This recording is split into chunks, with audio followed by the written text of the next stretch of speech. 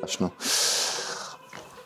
Hello, my name's James. I'm a portrait photographer from Portsmouth in the UK. You've probably not heard of me. I welcome you to my studio. This is James Shoots Stuff, and we're going to be doing a 10-minute photo shoot, just showing you how we would approach a standard portrait session, or not standard portrait session. This might be a portrait session with a difference, and I'm going to vocalize my every thought that's going through my tiny brain as I adjust lights and adjust settings in camera.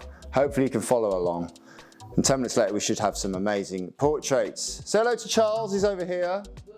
Yeah, Charles is going to be our model for the day, and we've chosen a red backdrop. We're going to do some one light portraits on there, show you how we can use one light to create completely different looks, and then maybe do something creative and different at the end. Let's see where we go with this. Start the clock 10 minutes from here. Do we need to start a clock? I don't think we do need to start a clock. Let's get started. Right, so we're going to start off by doing a color calibration shot.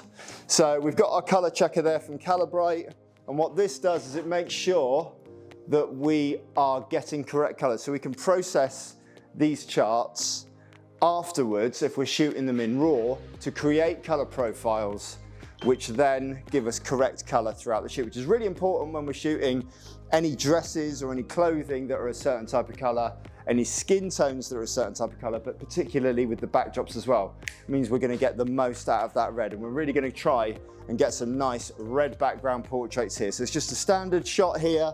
We know that we're exposing correctly. I'm going to take one shot, try and fill at least a third of that frame with color checker passport, and we're going to go even closer, just do one more there. 3, 2, 1, there we go. Cool, so we'll run that through the calibration software afterwards and create some profiles, and I might put some before and after pictures at the end of the video showing you the difference between the color profiles. So starting off, we've got a really cool waistcoat here. It's very monochromatic what Charles is wearing. So we've got skin underneath the black waistcoat, but there's a black waistcoat and a black hat, and if we go in really close, look at his eyes. Slightly browny, orangey, contacty eyes there. And at the top of the hat as well here, a little accent of a feather. Just come around to the side here, turn your head, you can see there that there's a red and an orange feather in the top of the hat. So what I'm thinking here is the reason why I've pulled down the red backdrop is so that those colors sort of marry up, and that red is the dominant color with little hints of red within the picture. So we're working in an almost analogous color scheme here, but also slightly monochromatic at the same time. It's very, very simple.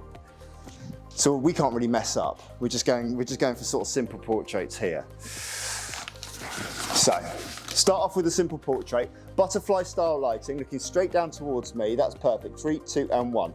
You see how that's exposing. F8, ISO 100, 160th of a second. Very simple there with the red backdrop. We're going to bring him off the red backdrop there just for this one. So just take 2 steps towards me this way. And what I'm trying to do here is I'm trying to darken the backdrop. I'm not adjusting any of the settings. I'm just going to angle that light down a little lower, a little more steep with the angle there. But because he's come off the backdrop there, we should see that without adjusting any of the settings, that red backdrop now gets a little bit darker and a little bit more subtle, so that when we go even closer here on this butterfly lighting, we can really see that those eyes are going to really pop, chin down, just a fraction there for me. If you just get some of the detail in there. Give me a slight little snarl there for me with the beard. There we go, 3, 2, and 1. Beautiful shot. Look at that. Just with those tiny hints of red, and they're also picking up, I didn't pick this up earlier, but picking up the orange in the beard as well, which is really, really cool. Simple lighting there. If we bring him even further off the background, 1 step towards me here, we're lucky we've got a lot of space, even closer here for me. Sure. Perfect, that's great. Looking straight down there for me. 3, a little bit of a wider angle here. So we're really making it, that's good. Yeah, love the little raise of the eyebrow. 3, 2, and 1. Bring one hand up to the hat here for me, just like that. That's perfect. 3, 2, we're going for asymmetrical. I've just moved my camera position. Try and raise that eyebrow if you can. 3, 2, and 1. And what I've also tried to do is I've tried to keep the whole arm in there so that it doesn't disconnect in the crop at any point. So the whole arm is leading us up to the hat, wide angle, really, really close.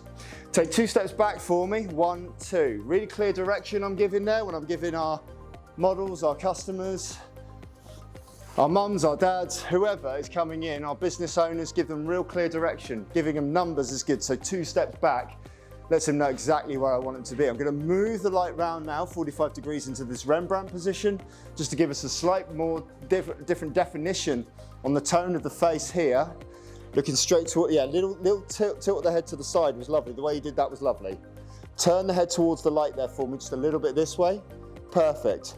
Eyes back towards me, go. Beautiful, hasn't moved anything there. Bring this hand a little bit higher up there for me, so it's just on the waistcoat, just bringing the hand into the shot, making the most of those biceps and that chest to get a nice half-length portrait here, 3, 2, 1. Beautiful, love the definition there. Love the definition. And I love the little fall off, there's a tiny little bit of fall off on the background there. It gives us a little bit of something a little bit different there in the background, but it's just a really, really gradual fall off into shadow on that side. Going to really work with this butterfly lighting here. Move the light just a little bit closer. Because I've moved a little bit closer, I'm not going to adjust the power settings. I'm just going to close up my aperture by 1 stop. I've gone from f8 to f9 now for me. Beautiful. That light is now nice and close, so we should have a beautifully soft light.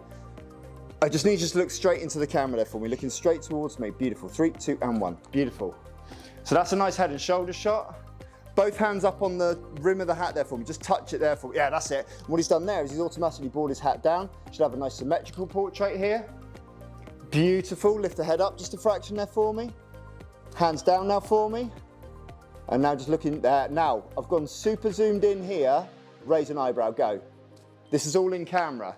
But we've just done, I just want to take that one again because I've just cropped it off on the side. So I just want to take that one off again.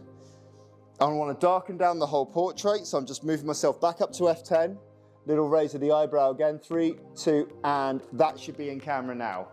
Beautiful, so we've just cropped that in for a slightly quirkier angle. I'm going to go even wider angle, I'm going to step back. I'm going to move this light back again, so it's slightly less powerful, so I'm going to open up by 2 stops to F8. And I'm going to go wide angle here and really try and get lots of red around our subject. 3, 2, and 1.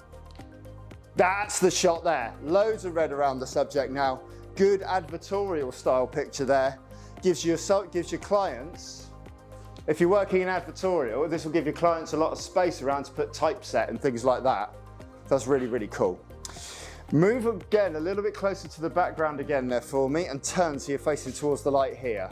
So now we're going to try and get some fall off.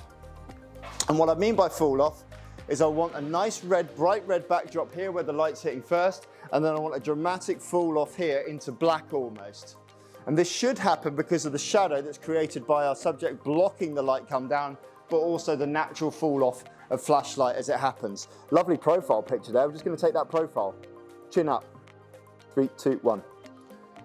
There we go. And we see how the shot there has gone from very pungent red on the left-hand side down to darker red in there. Turn your head so you're looking towards me. Beautiful, 3, 2, 1. Again, nice wider angle on that shot, and it's almost like a Rembrandt style lighting there. That works really, really well. But what I want is I want a little bit more light on the face. So I'm going to turn the light here. If you come around here and see it from this angle, right over my shoulder, I'm just going to turn this light here. So the light now is shooting across here, so it's barely touching that background at all. There should be a little bit of feathered light on the background. I'm going to get Charles to step a little closer to the light here. I'm going to get him to turn his head so he's looking towards me, just there. We're going to go super close in on this one, and I'm just going to stop up to F10. I've just moved it by 2/3 of a stop there. We should have a dark, oh, look at that soft light. Beautiful shot there with the light just falling off into almost darkness, but not quite. There's still just a little bit of red on there. Looking straight towards me, I'm going to move it through to portrait, chin up just a fraction, and we're going to try and get all the horns in on this shot. Beautiful, look at that.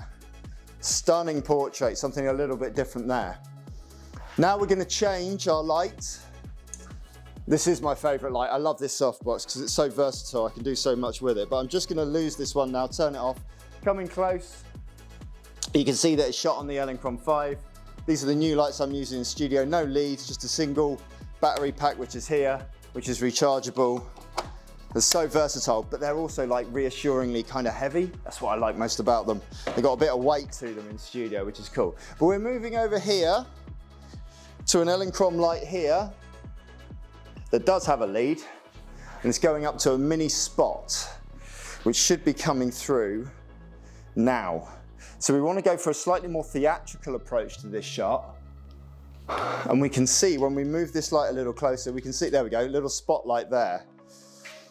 Now, let's move him in close here just to begin with. That's lovely. So that spotlight there, you can see, is falling on that background there. Perfect circle in the background. So we need Charles to move into that light here and a little bit more, just a fraction, just there. Perfect. What this should do is give us a perfect circle of light. So now I can make some very minor adjustments. Chin down just a fraction, looking straight towards me. 3, 2, and 1. Let's just see what the exposure's like on that. Perfect.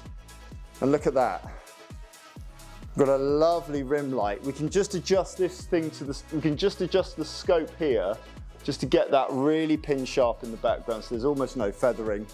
3, 2, and 1. But what I'm gonna do, turn so you're facing towards this way. Good, now look at me there for me if we can, just over to the side. 3, 2, and 1. He should be a little circle in the corner here. Lovely little shot, but what I really want is I want a shadow of those horns. I want it to look almost devil-like. So we're just gonna move this light here over to the side, and we can see, because the modeling light's on, we can see where that shadow's falling. And crucially, we can see those horns. So we should, if we include the whole thing here with him to the side, that's, oh, that's nice. There's something about that which is different. Let's just do this one more time. Move this down here. It's really, really, really sensitive in terms of like moving things very subtly and very differently. 3, 2, and 1. Relax there. So we haven't quite got the shadow that I want from this shot. So what we're gonna do this time is we're gonna get you just to take the hat off. Which means he's got a bit more control over it now. And we can, so he's got a bit more control over it now, so we can just move this spotlight. There we go. And we're gonna move it back into the studio to make it bigger. The further away it is from our subject, the bigger that spotlight. And look at it now. When we go all the way back here, we've created a big spot that's almost half the length. Covers him from the head all the way down to the waist. We just adjust the element in the front to make sure that spot circle is pinned sharp, which it is. Move it up just a fraction, just to, there we go. Now, if we take a test shot here, because he's further away, inverse square law dictates that I now need to just either stop up the light, it's quite high on power as it is, so I'm just gonna stop down to around about f5.6, lose around about 2 stops of power, and there we go, we're still perfectly exposed there. Probably do a tiny little bit more, so I'm just gonna move half a stop up in my light. Cool, 3, 2, and 1. Ah, that's me in the way. What a fool. Get down a little bit lower, 3, 2, and 1. Beautiful, good shot that. One more, one more. I'm just gonna open up a little bit more. It's still a little bit dark, so now I'm shooting at f4. That's lovely. Now we wanna really try and create a shadow as I review the shots. Now we really want to create a shadow that looks demonic. So I'm just going to change the angle of it, move it round to the side here.